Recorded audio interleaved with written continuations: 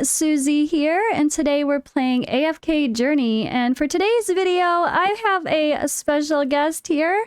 I'm joined by Danger Gray. You're gonna help me out with some noob questions, right? I am. Yes, I'm gonna help you out with all your questions. In fact, you've already asked me some questions that I don't think are particularly noob questions. You've been playing gotchas, I think, for more time than I have, really. So, but yes, with AFK Journey, I am the guild leader of Analytica, and we've been making content since before launch. I played beta, and so I've been playing AFK Journey since April of last year. Okay. So that's So started on the beta server, which became the PTR, and I still have we still are a guild there. I guild lead on PTR, and then we also started kind of an empire on S1 at launch, and guild lead there as well. I have the probably world leading free-to-play account on PTR, and one of the top on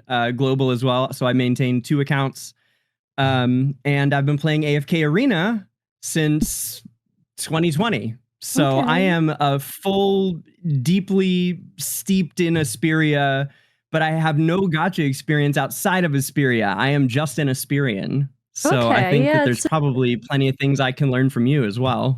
Yeah, I started with, I played all the games back in the day, and like the Diablos and the World of Warcraft and all that stuff. But I think my first gacha really was Raid Shadow Legends, and that was 2019. And then I played a ton of other stuff since then, like Summoner's Glory, Awakened Chaos Era, Infinite Magic Raid, Eternal Evolution, Watcher of Realms, Dragonair, Silent Gods, Genshin Impact, Honkai Star Rail. I've played a lot that I'm not even mentioning. So, yeah, wow. I haven't heard of a lot of those, but what, it's funny because when I found out you played Watcher of Realms, that's of all the games that throw me advertisements during stuff, Watcher of Realms has quite honestly always been the most compelling. Like, it looks like really cool characters, and like I always think like, man, if I had any extra time that I wasn't in Asperia, this one looks really good. So I'm gonna I'll totally have to try it now. Yeah, well, maybe really, I shouldn't. It's That's part of the reason I don't. Is it's good. It's definitely different though, for sure. But positioning matters a lot, timing matters a lot, which I can see this game likes to throw in as well. So that's one of the things we're gonna talk about. But yeah, I guess I should also quick mention, I like to say at the beginning of my videos, if anyone is new to my channel here, I do have Bell's palsy. If I look like a derpy pirate, it's because I am for now. But it's temporary. If I look a little weird, it's fine. It's getting better slowly. But I still look a little silly, but it's okay. Anyway, so you just said you're like free to play is kind of your thing, right? Yeah, free to play is kind of my thing. Yeah, I'm same on AFK Arena. All my accounts are fully free to play. Yeah.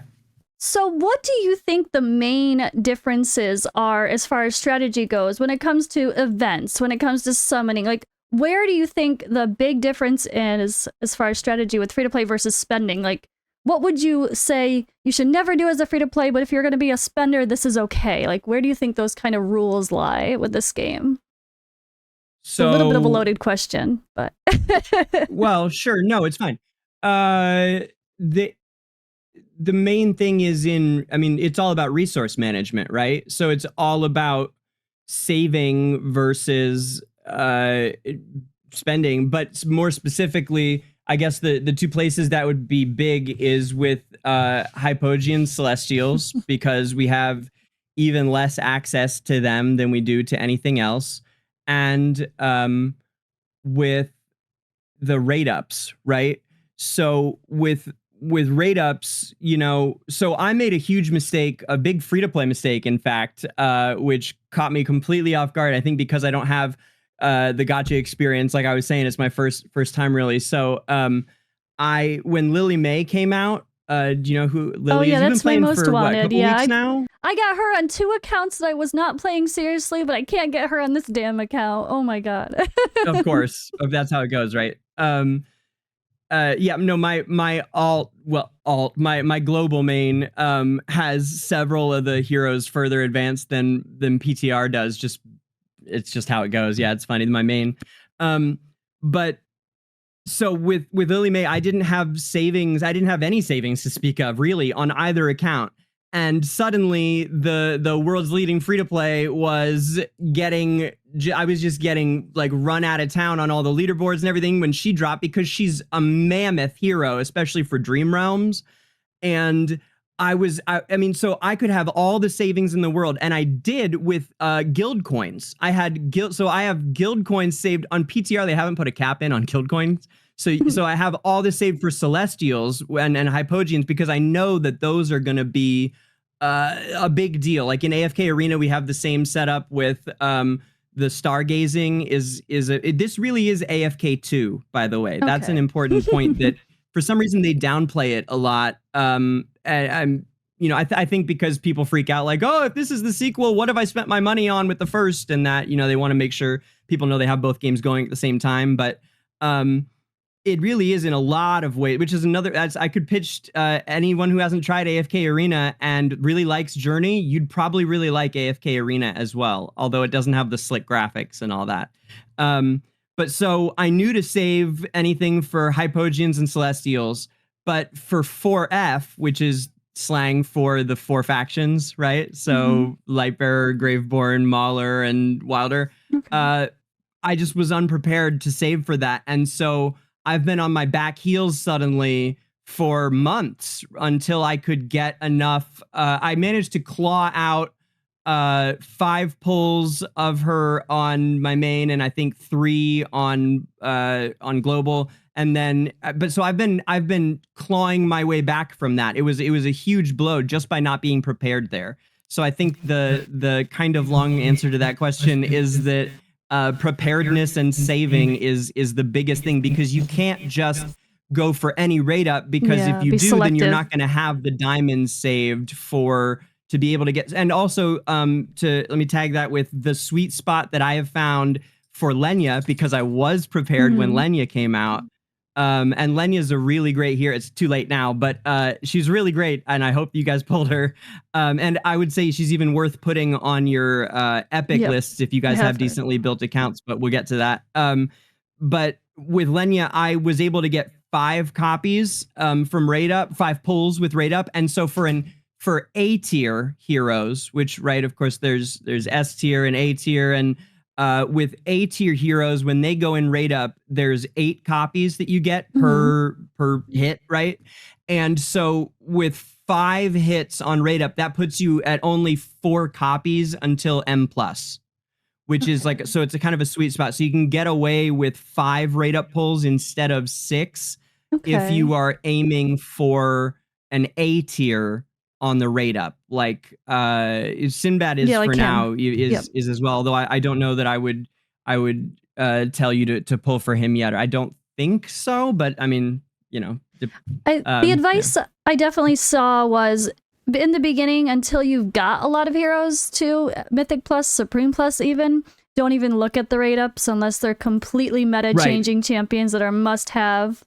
Absolutely. Yeah. No. So if you're just starting out, I would stay away from all of it, because you need everything. You need I'm glad you pulled up the wish list. Yeah. Like you need all those heroes more than you need to focus on any one hero. Yeah.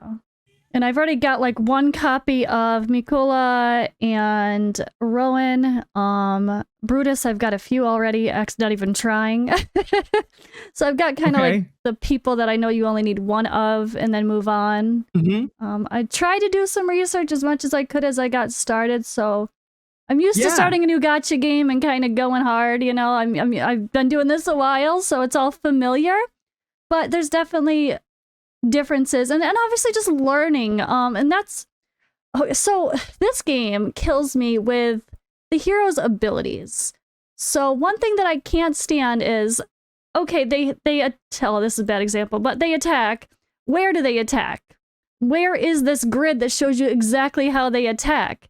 When you look at their skills, there isn't one, right? Like, it doesn't exist. Interesting point. You're right. Yeah, there's not. Like, how do I know where he hits? They even have that in AFK Arena. They even do. They do. Well, it's not a grid game, but even AFK Arena has that when you pull up a skill, it shows them running up and using it in combat in it's more than this does. Yeah. That's one thing. It drives me crazy. Like, cause I'm like, how can I know how to place her if I don't know how she hits? Like what? Like some people hit like really crazy, and we wouldn't know that until you're physically playing them manually too. And who's manualing right away? Nobody's manualing until you have to. You're just trying to push through and get to familiar with the game and go through your stages. Like, and that's the other. Yeah, but I can't. I really want them to show exactly the shapes of an ability. Yeah, that would be excellent. Yeah, man, I think that's part of the point of these you know, the fun when you're running around and what are they called? The tactical drills, right? I think that's part of the purpose of those is to show what people's, you know, ranges are, and at least the ground glows when it's showing you where to place an ultimate, kind of. But you're right that it doesn't show how the hits. You got to read it and go like, okay, 2 tiles, right? Visuals would be really helpful. So if it wasn't for those tactical drills, I wouldn't know that you can pop her around manually where you want to put her. Like I wouldn't have known that just by like, you know, except for the tactical drill teaching you. So that's one thing I think is a little bit. Put her anywhere on the board. Yeah. Used to be able to put her anywhere on the board. Oh. Yeah. That's a little busted. Yeah, it was really great. Yeah. Yeah, back in beta. Mm-hmm.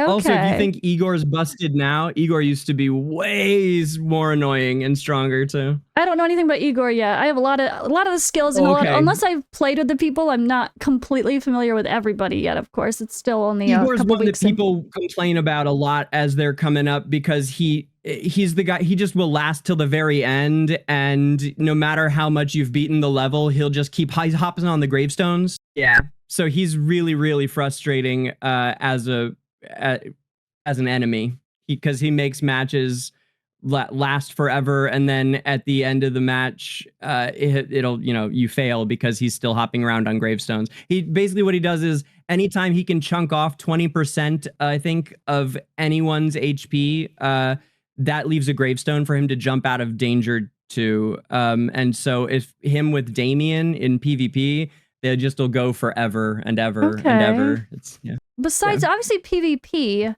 you can't decide where to do stuff or when to do stuff because it's all auto, which makes sense because so is your enemy, the other person's on auto as well, which I'm okay with that. When it comes to that sort of a thing, when it's not real live PvP. But what about in what situations do you find manualing to be the most important and necessary? Can you give some examples of like using these skills so quirky that it is necessary to manual, like certain battle modes, or specifically Odie? They changed, you know, Odie's name was Eddie up until right before launch, and it cut a lot of us deep. But so I decided that his name is Edward Odin. And, you know, whether you call him Eddie or you call him Odie, it's, you know, you're a friend of the family either way. But Odie, his ult is one of the strongest, right? One of the fastest killing of a single target abilities in the game.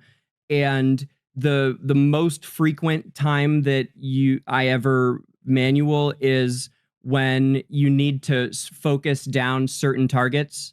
And so you're fighting a fight and everything's kind of just especially like with Coco, and Coco, you know, instantly cuts all damage in half. So the fights will last a really long time and nobody's dying and everyone's getting healed.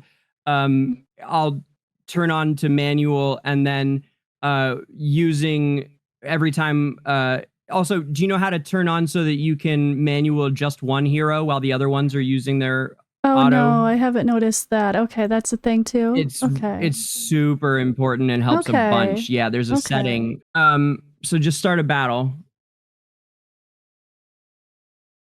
Okay, so if you turn that off, turn off auto, right? And all it is just off now. So go and restart this fight. Go back out and we're gonna go to your settings. And settings, yep. And then go to battle. And let me see here. And so then you want to have it, auto battle is on only select heroes. Oh. And Okay. undo tap to cast ultimate. No, you got to go back real quick really? too. Yeah. That's helpful, isn't it? No, just quick double Battle. tap to make the ultimate happen. No. No. No. You want to turn that off? Hold on. I think you can actually. I think you can still. You can double tap it. I think it'll still work. We'll go into one. All right. So now you can go back to the fight. I'm pretty sure you can still double tap to make the ultimate happen as well. Okay. But you'll see here. Turn it back on now. Turn auto. Yeah. Oh, see, so you they can. each have a. Okay, so you can turn off everyone except for the person that you wanted to, or turn on Isn't that people. handy? Yeah, that's definitely. Yeah. Oh yeah, Dragonair has the same thing. Okay, I'm used to that with Dragonair. Mm-hmm. Okay. Yeah, blew my mind when they first added it. It's because that's AFK helpful. Arena doesn't have that. Okay. You always wish you could do it, right? Because so what you want to do is so we put Odie in there for me. Yeah. Wait. Okay. Okay. So now turn off his little thing. Yeah. Mm-hmm. If I don't kill them too fast. Right, I know. Yeah, right. Oops. I didn't do much come on. I forgot to I had this play once at the beginning of a day, so that's okay. So now you would just manual and now you can him, like whoever you needed to take out. Now you can target select the usually lowest HP is how I'd want to go. Or if there's a healer that's specifically messing you up during a fight, you'd want to you could focus to. That's a lot of times where I will use manual play. Also, I think you can double click, like you were the double click to make it just do it. See if that works, because I think it still does. Okay, so if he's on manual, and then I want to make him, it just does it. Oh, sorry, she didn't do her ultimate yet. They have to show up once per day. Okay. So you can still just double click. Yeah, and then you could. Okay, so I kind of thought that'd be good for situations where, like, if someone is doing like a defense down and then you want to wait until after that to use your nuker, you would wait to see that debuff placed and then use your nuker afterward, like most gotchas. Sure, the timing. You're thinking of the timing on it. Yeah, sure. You can't set a timer, an interval timer anywhere, right? This is as close as we get to timing things. Is the semi-auto. Oh man, can you do that in other games? Oh yeah. Oh, you're gonna get me hooked on something, aren't you? Dragonair, I wish. Dragonair kicked the US out. We can't play anymore. Oh, no way, really? Yeah, but this game feels like everything I like about Dragonair, except I prefer Dragonair's graphics style, but they do everything better as far as seasons go and some of the other features I like. But this is like Dragonair and Genshin Impact and Eternal Evolution, aka AFK Arena, had a baby. It's like those three games to combine. Okay. Cool. Yeah, I'll have to try some of these. Yeah, this Dragonair game keeps coming up. And you won't be able to unless they bring it back. I wouldn't even bother unless they bring it back. Well, that's not necessarily true. It's out somewhere in the world, right? VPN and make a thing and pretend you're in another country. And I mean, we can. I wouldn't be that desperate to cover it because they kicked out half the viewership as a content creator. It's not really worth it. I didn't say I was gonna cover it, but we could play it. But if you want to go spy on all the features, it's pretty good. Got a lot of quality of life, amazing team presets, and full interval timing. Like, you have this team with the same kind of auto chess map that you have here, exact same kind of setup. Now what happens if I auto battle? Is it going to automatically play my character for me, right? Okay, okay. But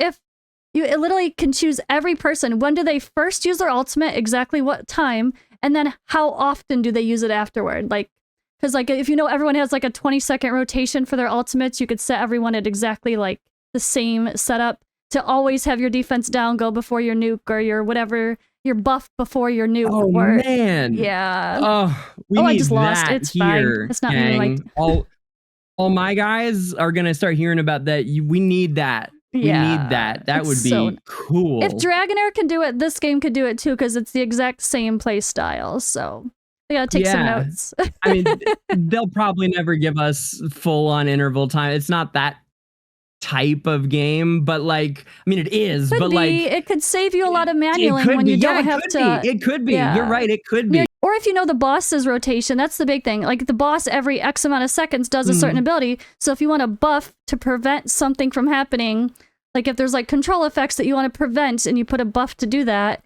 then the boss goes and like, you know what I mean? You could prevent that perfectly every time. Yeah. You would never have to touch it because you'd have, it's so nice. Hey, I came up, I grew up with EverQuest, which is like the grandfather of all MMOs. It's the daddy of World of Warcraft, right? That's funny. And so I know all about complete heal chains. Is how we used to heal the main tank. Is you'd have to time it every 8 seconds. Your clerics are all casting. Everyone is like an order, like you go, then you go, then you go, and you're timing it. And so yeah, I've been timing boss ults since 1999. Okay, well, speaking of timings and all this stuff, I guess the other topic I really wanted to learn to be better with is something your website kind of covers, right? Positioning. Yeah. My brain just is like, that's right. okay, and she's showing the Analytica A-Tech. Yes. It's on our website. It's we've got a lot of cool different tools and features there, which is analytica.gg. Yeah, I'll link it. I have it linked in all my videos anyway. Or at least the .com one. Should I link the GG instead? Which one's the... There's a few. So afkanalytica.com, and then I've been using the GG because for like it's analytica.gg/codes is why GG came to mind. I mean they both work. It's fine. Okay. It's whatever. It's they'll get there. So what's your question? So I guess just understanding positioning in this game. Like I'm so used to like, okay, you have a tank in the front. Okay, for one, the numbers are crazy and like I don't get why it's one. Why is one not next to 2 and next to 3? That's a great question. It's a great question. I had the same question for season. So my partner season is we're co-GMs of Analytica, and then especially this stuff is Season's baby with the building these things, and if she didn't build it, she's always we love embracing creators especially. And artists, and we have like a whole we really try to embrace those so it's like an end game guild, like we push for World 1 all the time, but we also try to embrace the community in a way that a lot of end game guilds, at least that I've been a part of in other games in the past, don't necessarily. So yes, I had the same question about that, and it's because when you're choosing an ability like go ahead and click on the artifact there. Change the artifact to the enlightening artifact. Okay. Yep. So this one will let your backmost hero cast their ult faster, and it hastes them. So this is the order of who will take priority as the backmost versus the frontmost. As the backmost hero, yes. So it actually is super important. So there is a rhyme or reason right now this season. What'd you say? There is a rhyme or reason. So I was like, it felt like so random. Yeah. No, so if you look at Resonator from this season is another one where that's really important. The artifact resonating, third one down on the season. I can't read what it says, I don't think here though. Yeah. So that one, every time anyone ults, it sends 80 energy to your backmost hero, and they have, I don't know, it does something, it keeps giving them faster. So that'll be like your main nuke, like a damage dealer. But what if there's someone like that's it can't be someone who's a melee fighter, right? Because they're gonna run forward, or is it based on where you position them? It could be. No, it can't. Yeah, so it depends on the artifact. Okay. It depends on what artifact it is, but for that artifact, which is currently probably the top DPS artifact this season, it stays on whoever starts the fight. But they specify. So whoever starts the fight in the back is going to remain the resonator. But there are some where it's your backmost is different from the one that starts the, I think it's pretty specific usually. It does say, okay. So that's good to know. Yeah. So that's one time when you definitely want to pay attention to positioning and why it's listed this way. That makes sense. And the frontmost is 13, the furthest, like the tank. Yeah. It's the order. So anywhere you put somebody, you can know if they're going to take priority over another hero. That makes sense for using this tool and like kind of Mhm. understanding why people are. So I guess the other question with this would be, like, do you have any good examples of where like the positioning really matters as far as like your supports being around certain people? Like, do they only heal in small groups, a lot of them? Or only directly in like 2 tiles around or something like that? Is like that a common thread in this game? So a lineup that I have sort of that I created and have championed and tried to make popular anyway for PvP is I call it the Navy Wolf Seal. So like Navy SEALs, but with Shakir, right? Navy Wolf Seal, Okay. and it uses Raynor and Mhm. Shakir to drop Shakir into enemy territory. And I almost always send Sylvina with him. So it's like I'm driving, like Raynor's like the helicopter and like drops them into enemy territory and then goes back. But so what I the primary way that it functions is we target either Rowan or Smokey on the enemy side to bring them over to our side because they do heal based on area of effect. Primarily, Rowan is the best one. So he sets up his cart and heals people that are nearby the cart. But if I bring him over to our side, then I'm pulling out a source of healing that they're counting on, right? I mean, there's only 5 heroes in a team, so if you take out the guy that they're counting on for those potions, a lot of times, you know, the rest of the lineup folds like a house of cards. So it works incredibly well. And so Rowan specifically is very area of effect. Ludovic, who I've only got limited experience using still, because I don't have him M+ on either account yet. He is another one. I think that where he puts down that flower patch is what matters. And of course, Smokey has the smoke that he heals with, but that grows bigger every time he does his ult. So by the end of the fight, it's getting larger. It gets big 3 times. Hewin, on the other hand, can heal the whole, no matter where she is, she heals. It's a full heal. She has the strongest heal in the game. Okay, But slow. it takes a while to get to. Yeah, so yes, I saw to pair Rowan with her to boost her. Yes. So Rowan, not only he puts out the cart and there's healing potions on it, but also his ult increases everybody's energy quickly. It pushes everyone up closer to their ults. So he's a good one to put on the light bearer buff. Are you into the seasonal stuff yet? Probably not yet. I mean, you're still I'm in the early game. 1 week, yeah, literally. This is day 7. I don't want to get fancy. I don't. Yeah, that's another topic. So, I'm definitely gonna do a video on seasons when I get there with my people, so we're caught up together, but not yet. For sure. Yeah, no, it's okay. But I mean, just for in example, general knowledge, the light. So every in this season, each faction has a different buff that they give to the team if you use 3 heroes from that faction, right? So the majority is that faction.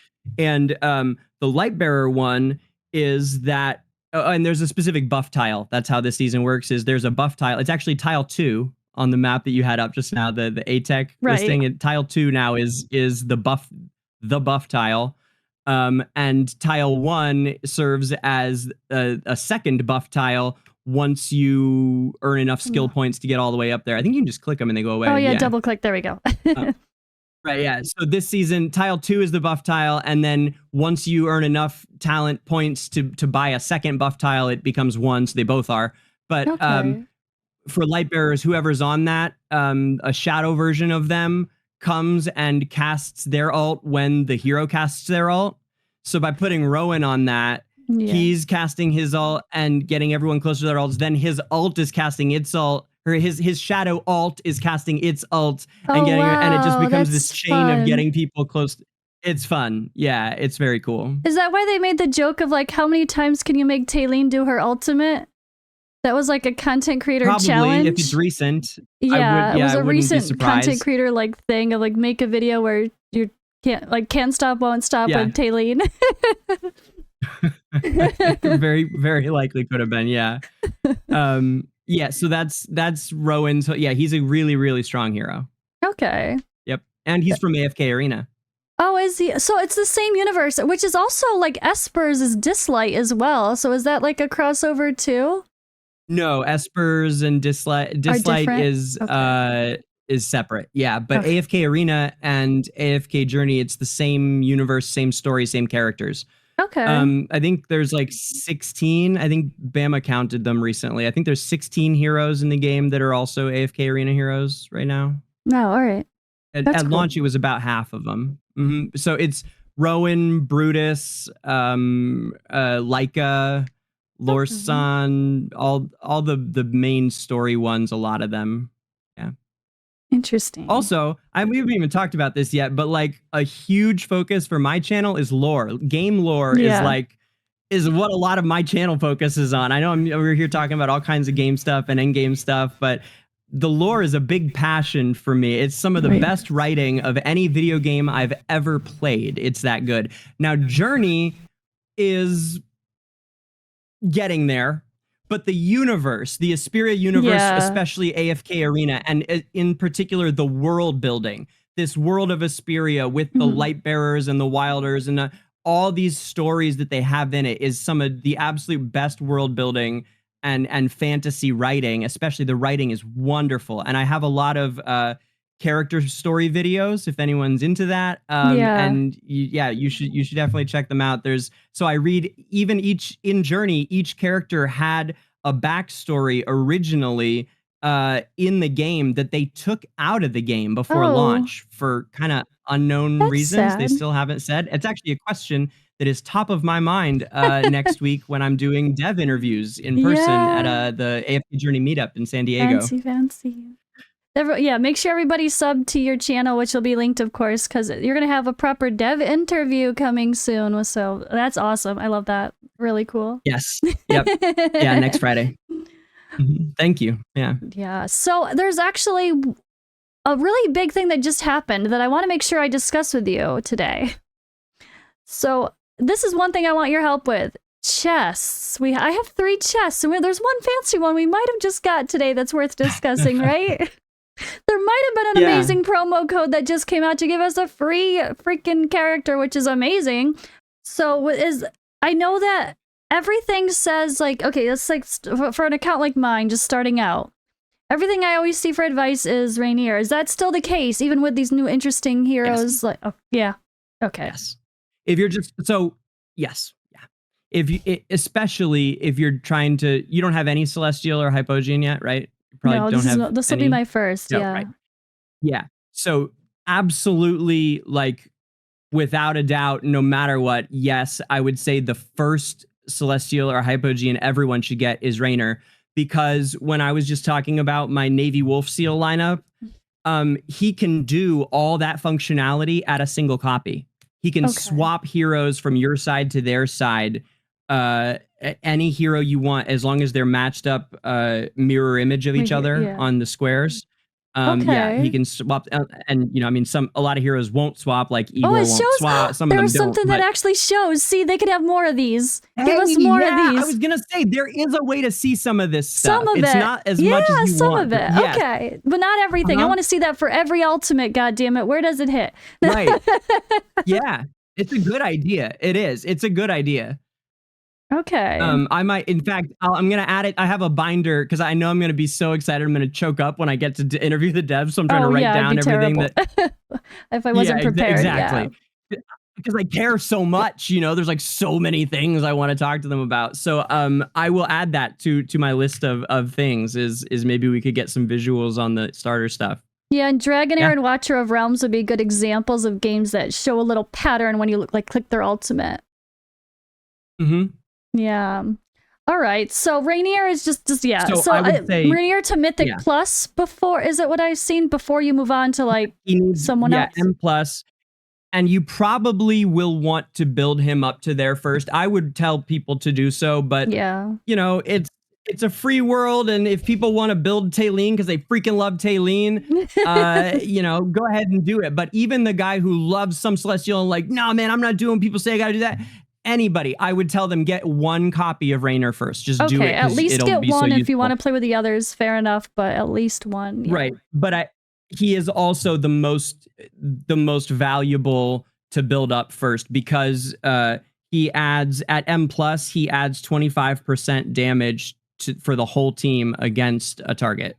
So for bossing specifically, he's a beast. But there are and more heroes coming out, like Mikola, who are bringing so much damage through their support skills that he's pushed out of the fight. We can only have 5 heroes on the ground, so he is in some, but it was every single boss was Raynor right at the start. Yeah, I still see that, like in other people's videos when they're talking about it, you still see it. It's like, yeah.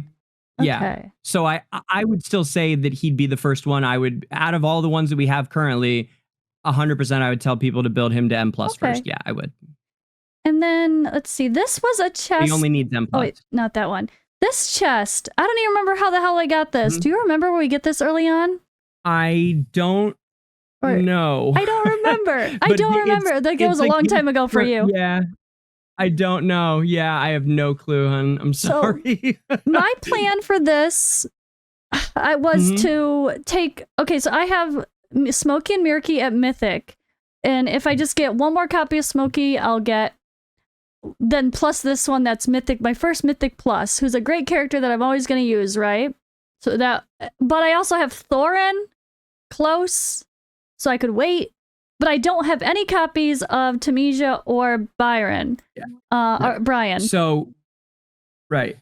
One more time, what were you thinking about Smokey and Thorin? So my and where plan are was they? going to wait until... If all I need is one more copy of Smokey, and then I have a Mythic Plus. And that'll be my first Mythic Plus on my account. Oh, that's good. That's very good. And what about Thorin? Where's your Thorin at? Mythic. Or sorry, legendary. Just legendary. Just legendary. Okay, legendary. Yeah, I think it's really up to you between them. I think if you're gonna get Smokey to Mythic Plus, I think that's the move, especially because there are not that many good Graveborn S tier heroes. And so it's a lot easier to leave Thorin on that wish list, that you're not sacrificing anything. You're right. Whereas leaving Smokey on the list, you are. And to eliminate the other two for you real quick. Oh yeah, oops, other one. As Tamesia, Smokey, and Thorin, all three of them are what I call a rare S tier, in that they can only be acquired that way. You can't buy them in any store. Oh, like Iran Right, Iran, Iran. I can't remember how. And Smokey, Thorin, Tamesia, Vala, Carolina, Shakir, my boy. Shakir's my favorite hero, by the way. Okay, so yeah, some of them are exclusive to summons versus being able to buy them from shop to get their dupes, so they're more... Right, yes, yeah. So actually, like 3 of those heroes are summon only, and so that's why Brian would not be considered, because you can buy him in the arena. Okay. And Smokey and Thorin are 2 much more necessary heroes than Tamesia, who's more of like a niche hero. Okay. So... And this is the chest for the 7-day login. So I was just immediately, I have one copy of him, and he's, again, one of those same things. So is this a no-brainer? Just, if I already have Rowan and Brutus, just get him? And the other 3 are all purchasable, and Iron is not. Iron is not. So boom, let me just do that. Yeah, that one's that one's a no-brainer. I was waiting on this one to see what happens in case I happen to get a bunch of copies of him, and it made me go over the edge to get the Mythic Plus on him first, but it's still going to be more... I'm more likely to use Smokey in multiple comps, right, than I am. Yes. So he's more valuable, or not necessarily. No, Thorin is a huge hero. He's like a core of the game, but so is Smokey. Let me ask you this. How much does PvP matter to you? Not that much. I kind of want to guess that maybe. Smokey is not useful really in PvP. That's true. And Thorin is very useful in PvP. So that's another reason to go Smokey. The main reason I would is the whole wish list thing. You're not losing anything by keeping Thorin on your wish list. Okay. Because the other 2, there's only 4 S tier Graveborn, I think. There's only 4 of them. There's like at least 6 such a cool part of this game is you control who you get in such a way that I've never seen another gacha do this. This is so good. Really? Yeah, this is not normal at all. But yeah, it's like once so there are a lot of really good, like, I was starting to get, I had her in here and I didn't realize she was okay at 1 copy. So I took her out and put in she is for now, yeah, I put in Shakir because I didn't have any of him yet. And I saw brilliant. That's okay.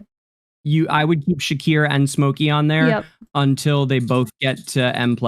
Once you get M+, which is the same really as S, because so for S tier heroes, it costs acorns to bump up to Supreme. It's the only time you S tier heroes use acorns at various points, right? Yep, and then A tier heroes only use it to go to Supreme. That all used to be super different in beta too. Okay. There've been several iterations, and I think they really got it right. But yeah, with Smokey and Shakir, I would keep them both on there until finished, pretty much. And then the next one you'd want to go to would be Alsa. Yeah, is very, very good. But the other ones aren't particularly important except for Mikola, like we were just saying. So if you wanted to swap Smokey to, I would finish Smokey to Supreme Plus before I took him off for Mikola or Alsa. Yeah, I would. Okay. Yeah, it's interesting. For sure, like this is just a whole other thing. And then the epic recruitment, of course, is like this core group here. That's who I've been following, kind of the Pridewin and Analytica's like advice mostly. That's kind of been what I've been doing so far. So actually, I helped Pridewin set theirs up too. I saw that they set a collaboration between, like, their tier list is a collaboration between multiple content creators, and it's cool. I like that. No, they're good at, Pridewin's good at keeping things updated and putting out new content too. Although we try to keep up with them. Both of your sites have the codes not updated. Like, there's a lot of codes that don't work anymore. Okay. Thank you. I just put a video to the proper authorities. Both websites. I noticed I was putting them in like a few days ago. So there's ones up that aren't active, that are expired. Is that what you're saying? Yeah. Okay. All right. Yeah. I'll have them take them down. I could send you my list of the ones I confirmed actually work versus what were expired. So I always do like all working promo code videos, because even though there are websites, they're not always correct. Even Pridewin had like random things that were like, they said the rewards were something and the rewards were totally different. So I was like, I'm just going to try all the codes I can find everywhere and whatever works. And then there was some that they were missing. Try to stay up to date though. But that's a big thing. This game that's another big thing I love about this game, is how generous the promo codes are. Oh my God. Like, they don't keep them in other games around. It's like you have like one code that works and you're like, thanks. Really? Yeah. The new one. Holy wows! The new Celeste. It's a free Celestial Hypogean. I don't remember Rainier. Hey, that. Not last night. Yeah.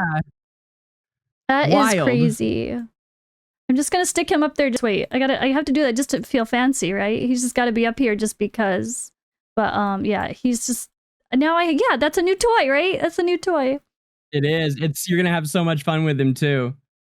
He's great. And the other thing, he's one of my favorite heroes to use in game.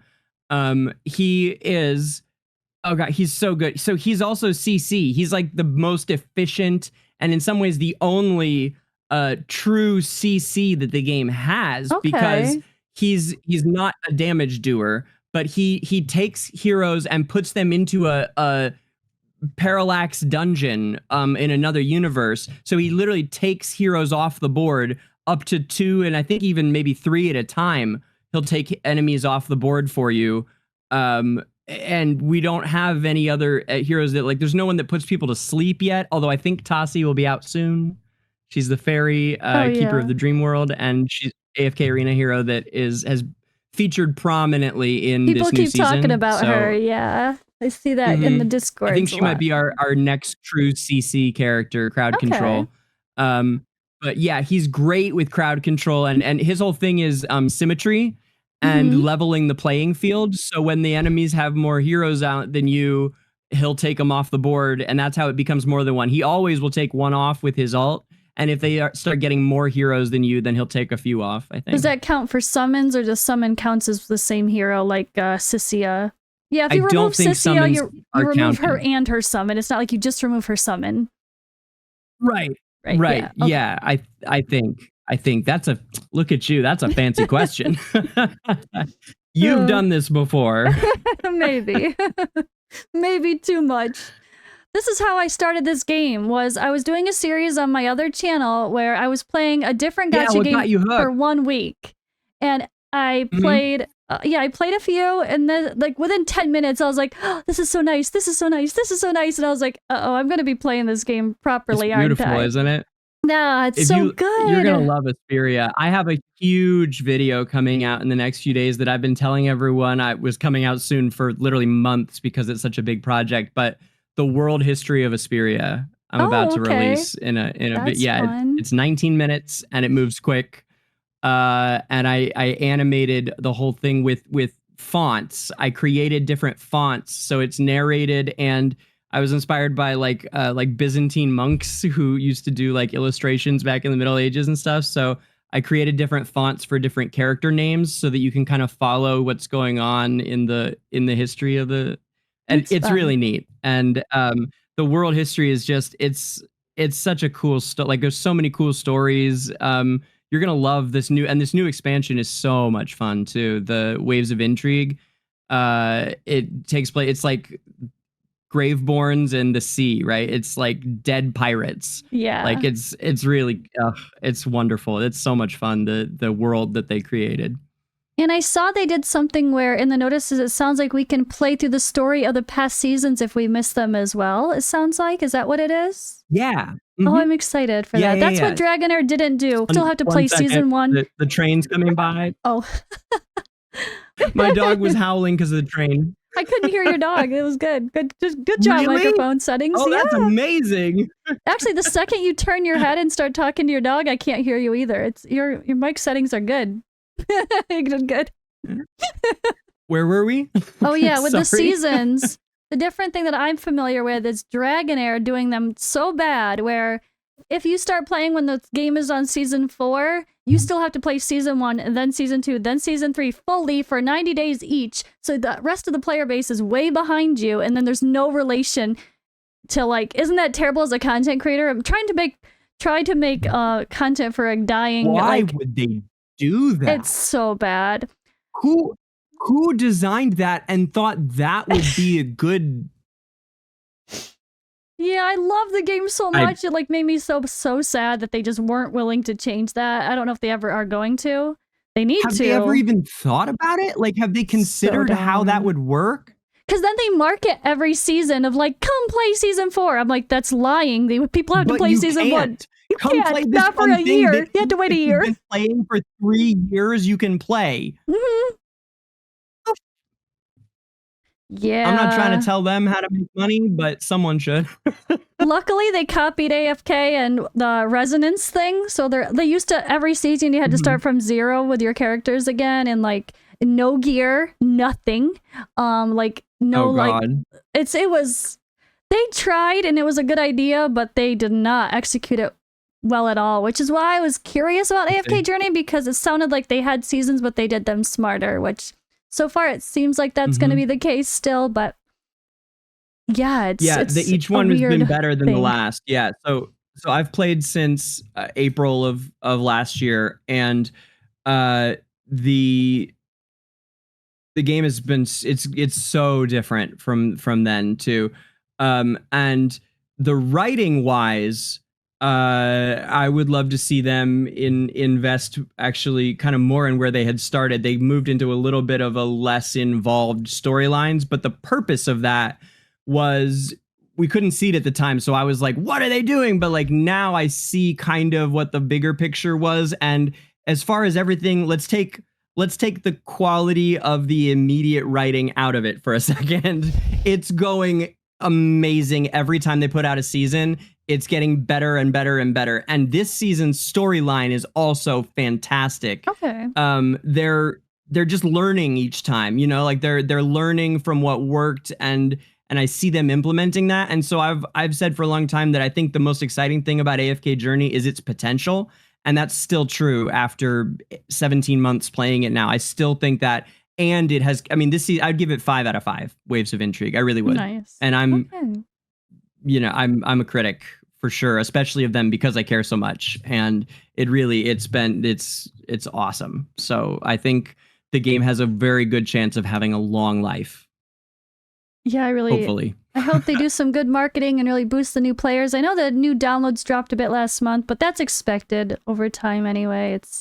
Every game has their like initial peak and then things slow down, so hopefully they can kick it back up. I know this has been a while for you, but for new players just starting out, is there anything that you can think of that sticks out as like the most important advice that you would tell a brand new person like me just starting? Like, is there anything that sticks out to you that like must follow this advice, or you know what I mean? That kind of a... Yeah, don't build bad heroes. Don't build heroes that aren't very good. And by build, can we look at your wish list really quick? Yeah, make sure your wish lists are set right. That's the main thing. Is like make sure your wish lists have the right heroes on them, man. And depending, I don't know if you're a spender or more of like a free player play style, but mid spender, so occasional whale. Okay. Sure. Occasional whale. I love it. Occasional I dabble in whaling every once in a while. I love that. I love that. I'm a dolphin. Man, I'm a free-to-play endgame guild leader in the Kraken tank on S1. We have like the most active server and the biggest spenders, and it's craziness where we are. Analytica has, I think we're at 8 guilds right now on S1, and then the 2 on PTR still. So I wanted to say though, because you said don't build, I just want to, for the people that play a lot of the games I play, that means something very different. But in this game, we have resonance, so it's not about, like, those spots are not leveling up a character. Those spots are, you're just leveling a spot, and you can exchange those at any time. So it's not like, I just want to, that's a cool thing to point out for this game, is it's not like you're investing in a character's levels or gear. Right. Yeah, I meant don't pull a bunch of copies of, and don't invest temporal essence in to bad heroes. Those two things. Oh, that's the other thing, is temporal essence is valuable. Don't just spend it willy-nilly. Exclusive weapon stuff? Yes, the EX weapon stuff. It's really, really important. And also the title essence, which you use for legendary plus. When they hit ledge plus, they get an ability. They can get a new ability, and they can increase it. Usually it's like a kind of stat boosting ability at Ledge Plus. The name of it is escaping me right now. Anyway, that's the main thing, is I would make sure your wish list is accurate to pull in the heroes that are going to help you, and not invest essence without being sure that that's a hero that should get 3 stars, for example, which is plus 10. Really just those are the first things that come to mind, but that makes sense because I'm, a free-to-play nut. Your wish list looks good, by the way. Cicia, I don't know. I would make what's your team look like? Because she's probably like a main carry for you right now, huh? Is she doing a lot of the heavy lifting or not really? I haven't got my Lily May that I've been hoping for so hard, but I just got him. So he's new. I just got another copy of him actually now that we did that.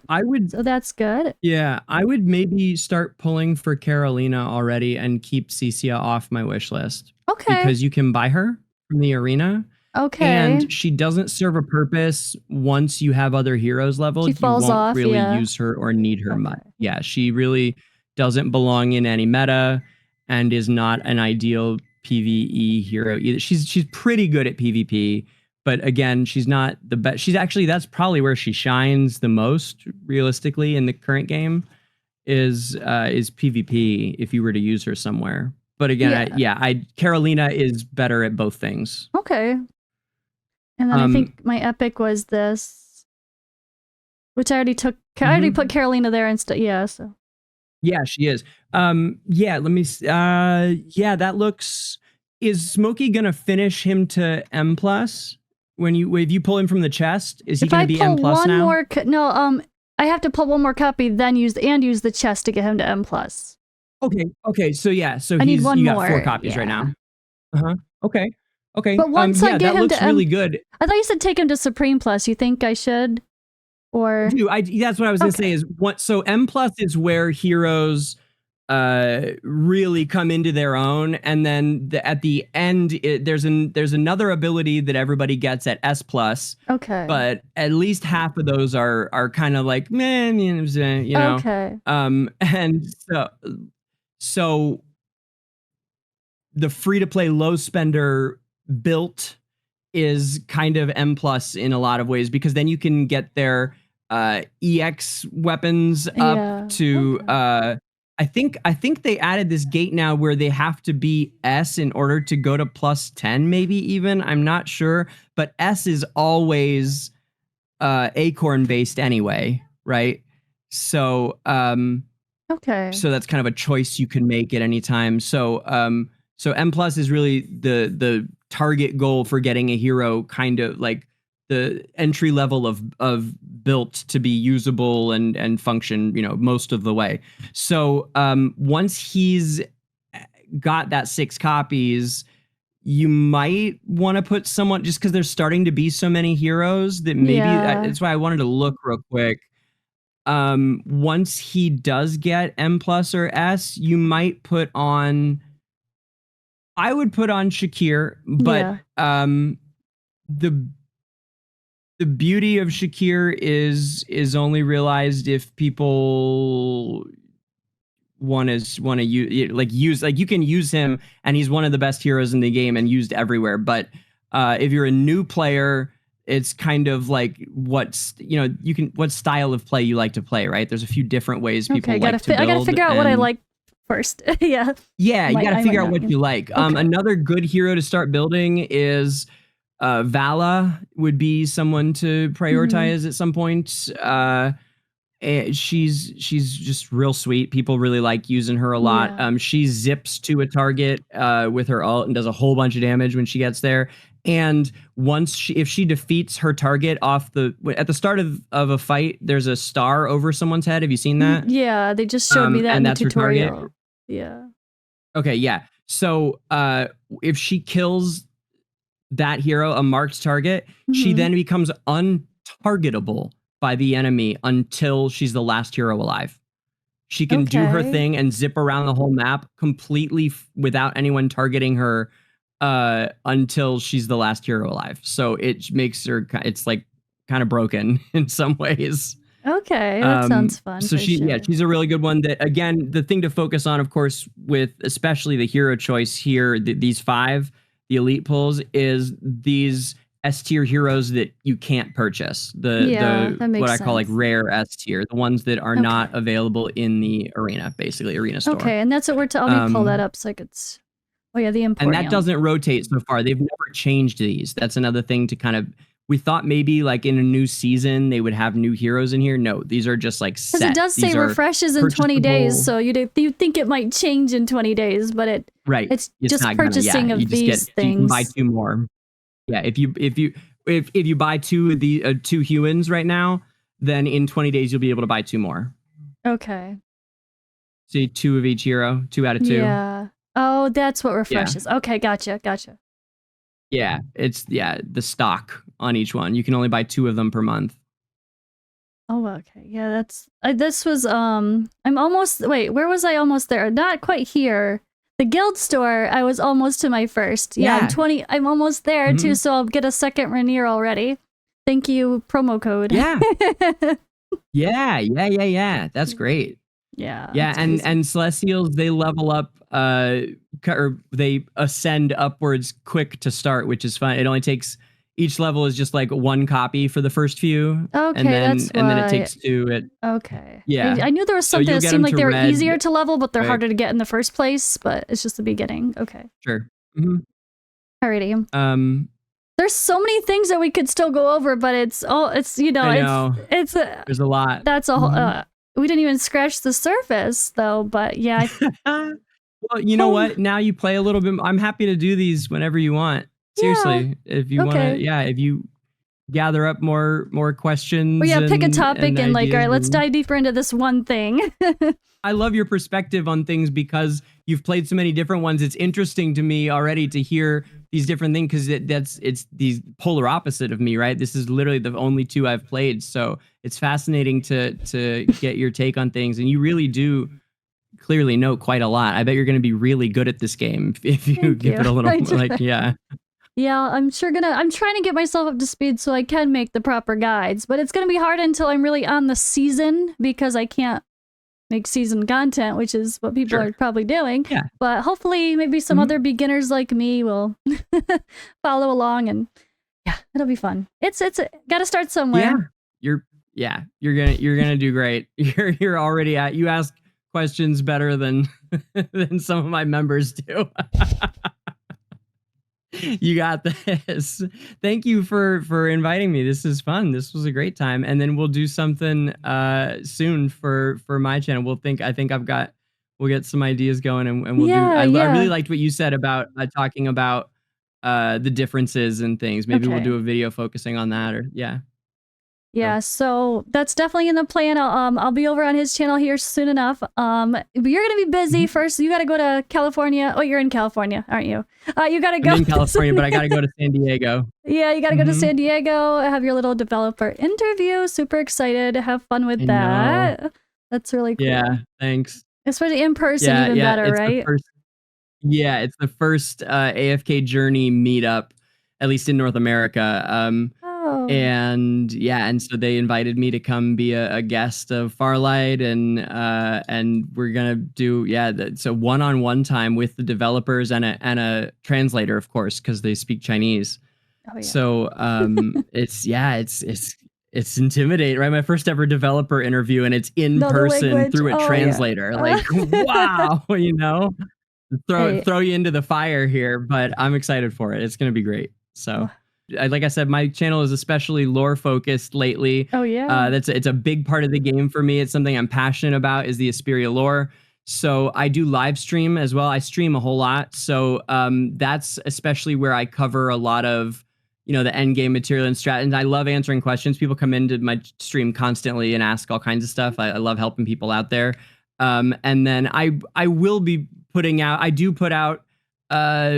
You know, like how to do this boss kinds of guides and that kind of stuff as well. But especially with how busy I've gotten with all of this stuff, all the content creating and I've had to kind of focus on something, right? So I've been lore focused with the streams, covering the content and the strategy and stuff. So we get a good mix of the content. And of course, running Analytica is like a full-time job.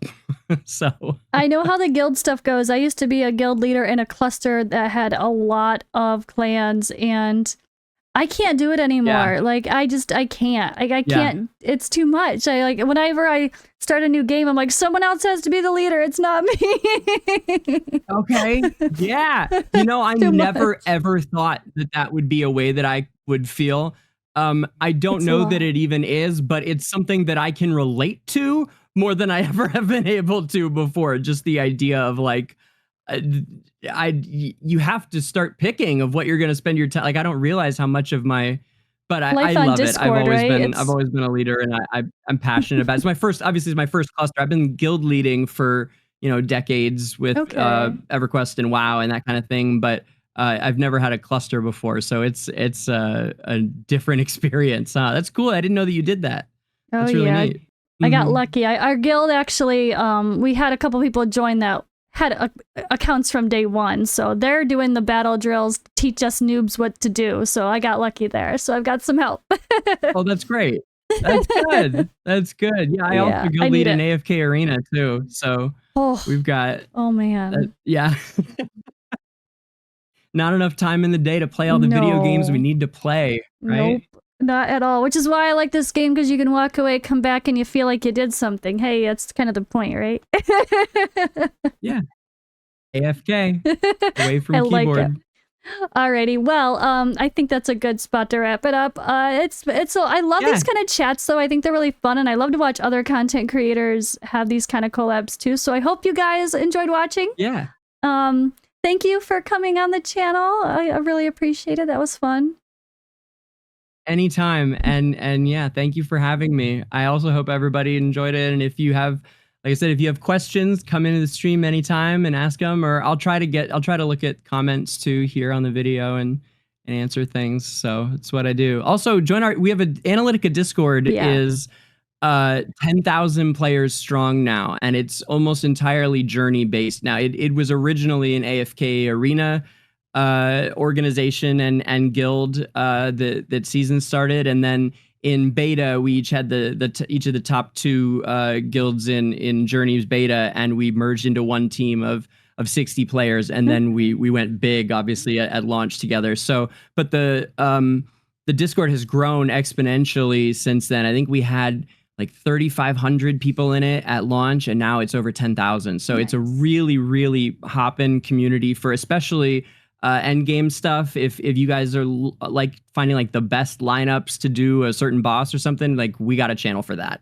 and a bunch of people there to talk about it. So so yeah, come join the Discord, and even if you're not at end game yet, you can grow. People love to answer questions there too. Everyone's really nice. We kind of prioritize that, like I said, and content creators too. We try to promote artists. Also, I have my own private Discord, the Danger Gray Disco, which is more like lore and community oriented in like lore and artists and more of the kind of people that you would find, like the lore nerds. That's the Danger Gray Disco, and also that's where I send out announcements when I'm gonna go live because my schedule, I'm on every Saturday and Sunday, but then I come on through the week, and I always send out a notice if I'm going to do that. So okay, cool. I would stream every day if I could, but I know I miss streaming all the time.